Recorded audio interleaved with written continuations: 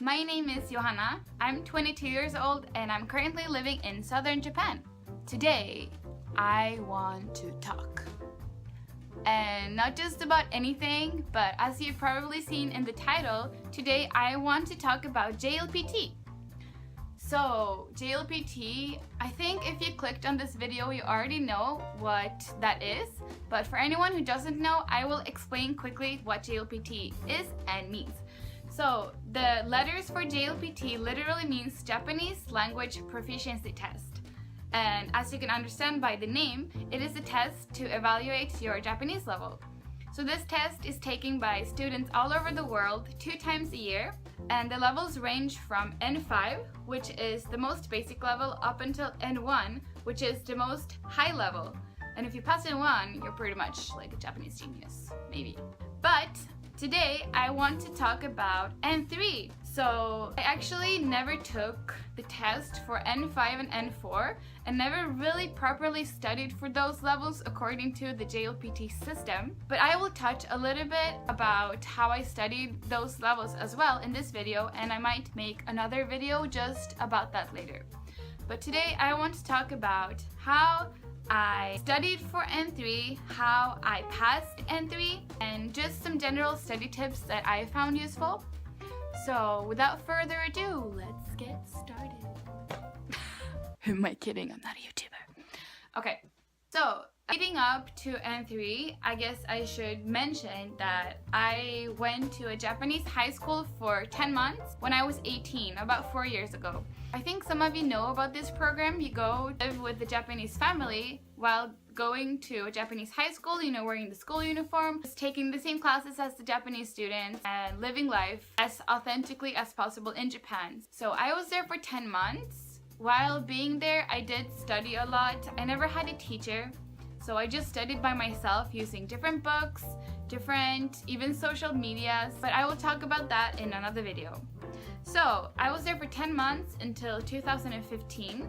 I went home. I was home for almost 2 years, and then I came back to Japan to start language school. So when I started language school, they evaluate your level in the beginning by letting you take a test and have an interview. So I took the test, I had the interview, and I was placed in a class that was studying N3 and a little bit of N2. Basically, all the things I had studied during my exchange year had led up to me being a little bit below N3. Basically, to just tell you quickly what I did during that time was I used a book called Genki number 2.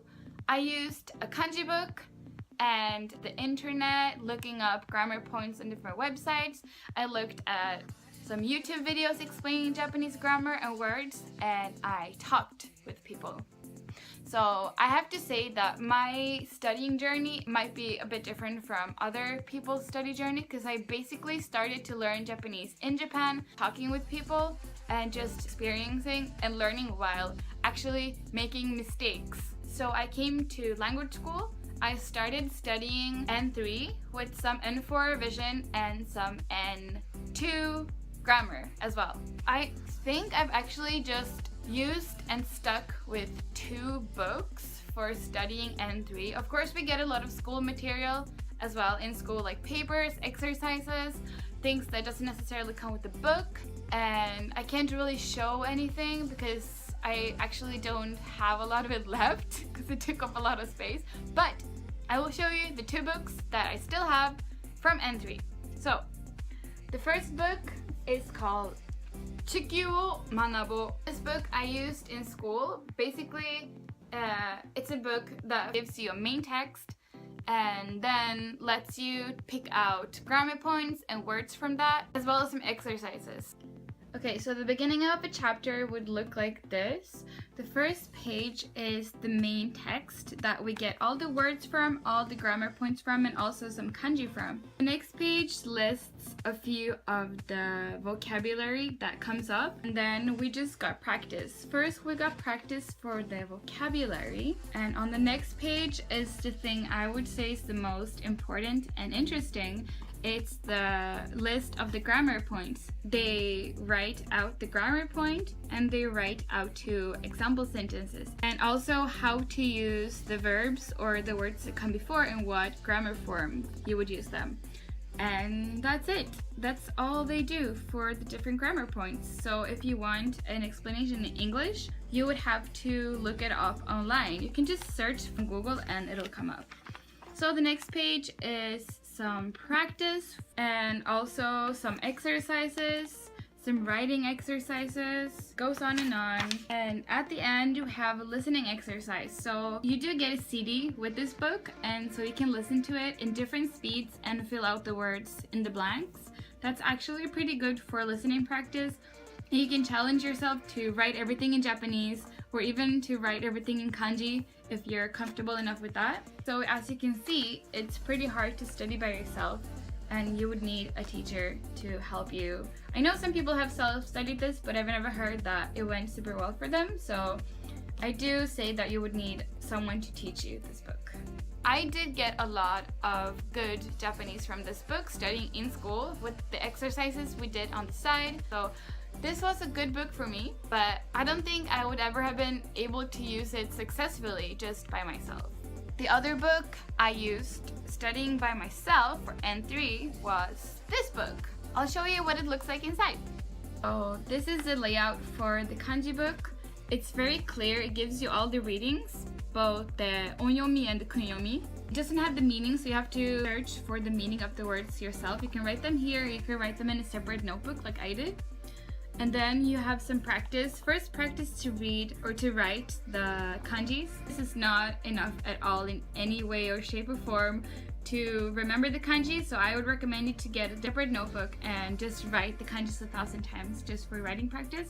Then we have some reading practice to see if you can read the words that are listed here and also words with different kanjis combined. So you can also get new vocabulary by studying this. And at the bottom there is kanji practice. So you see the word in hiragana and you have to write it in kanji. So I did study this quite a bit, but if I go to like the back, you can see I haven't studied this, but I still know these kanjis from studying in school. So I would say that there are some kanjis you might already know coming up. So you can always skip the ones you know already and just go through the ones that you don't know. At the end of every chapter, they have a bigger test to just see how much you remember. And then it goes on to the next chapter. So every chapter has some kind of theme. So it just makes sense what you're studying. It's not just like a bunch of random kanji spread everywhere, but you do learn them in some kind of system to make it easier to remember them. You would learn them in a way that makes sense, kanke, and it's been very helpful and very useful for me. I've never used another kanji book, and I've never felt the need to use another kanji book because these are great. So this book obviously comes in all the JLPT levels, and I actually went through the N4 version as well when I was in high school in Japan. I kind of kept on studying that while I was in Sweden, and then continued to study it when I came to Japan, to Fukuoka, to study in a language school. We do study kanji in school, but this has been a great substitute to study on the side. I never finished it because I passed N3 before finishing the book, and so I went on to the N2 version, but it's actually been a really useful kanji book. I've never actually tried other books just for kanji by myself, but I would recommend you to get it. I think you can get it on Amazon or online, as well as in bookstores in Japan and maybe even in bookstores abroad. I can't say for sure. If you look, maybe you'll find them. It's really good. So, about me passing the N3 test. To be honest, I actually passed the test kind of quickly after coming to Japan. I started language school in April and I passed the test 3 months later in the beginning of July of the same year.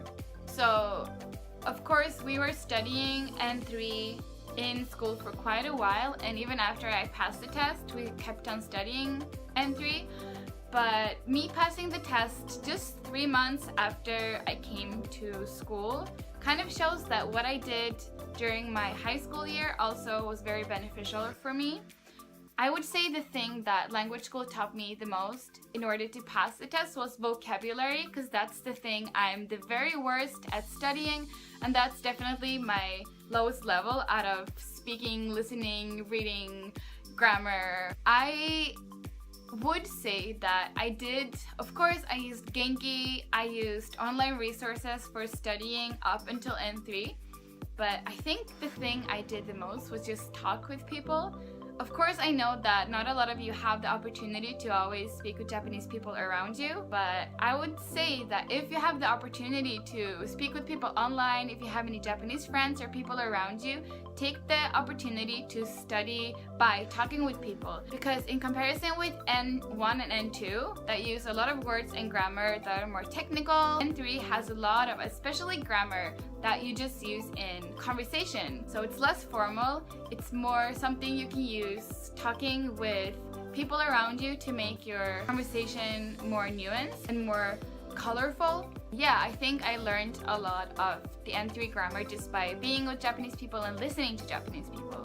So it might be a little bit hard for you if you don't live in Japan to get that kind of immersion in the Japanese language.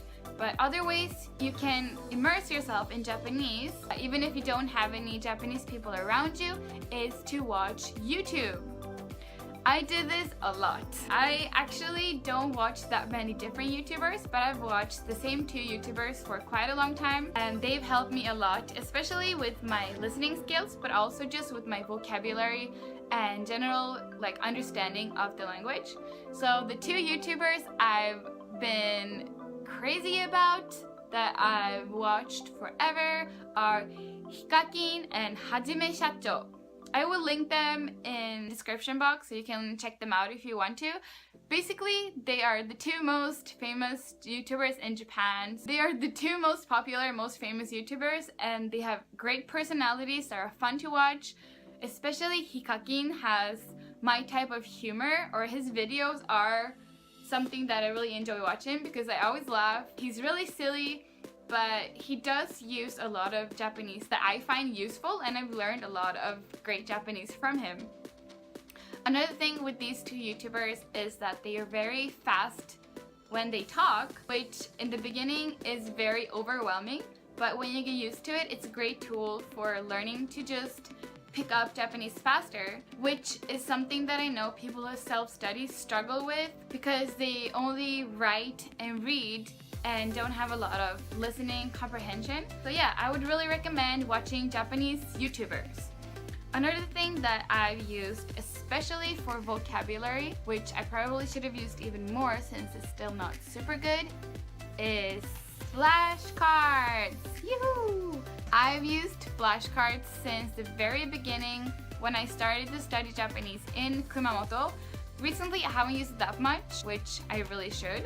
But basically, I've just been using flashcards, especially for kanji. I think I write down the kanji on one side, so bright. Write down the explanations on the other side, and just what it means, the different readings, and also some way to use the kanji.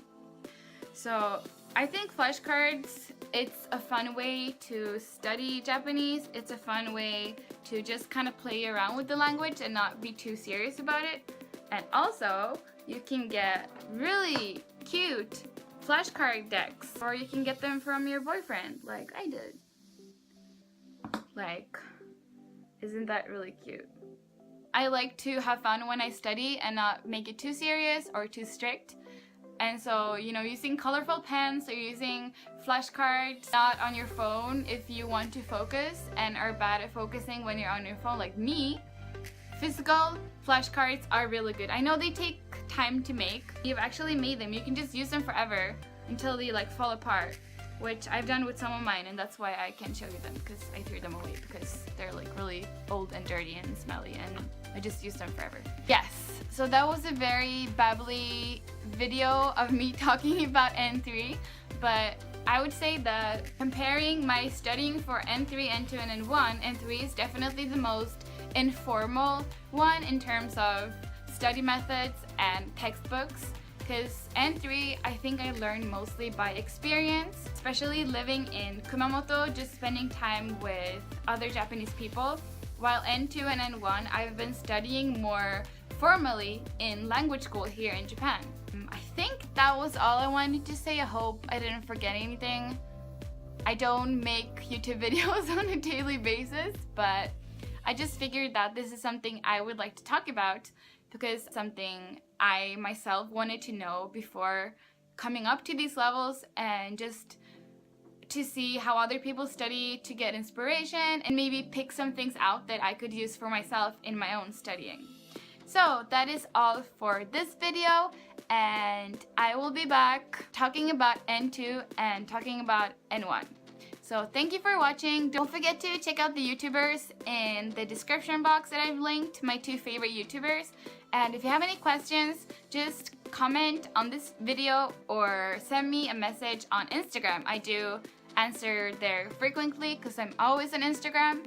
And so yeah, if you have any questions about language school or studying Japanese, studying for JLPT, it can be N1, N2, N3, N4 and 5 I guess as well, just ask me any questions and I will answer them to the best of my ability. So that was it for this video. Thank you for watching. Bye bye!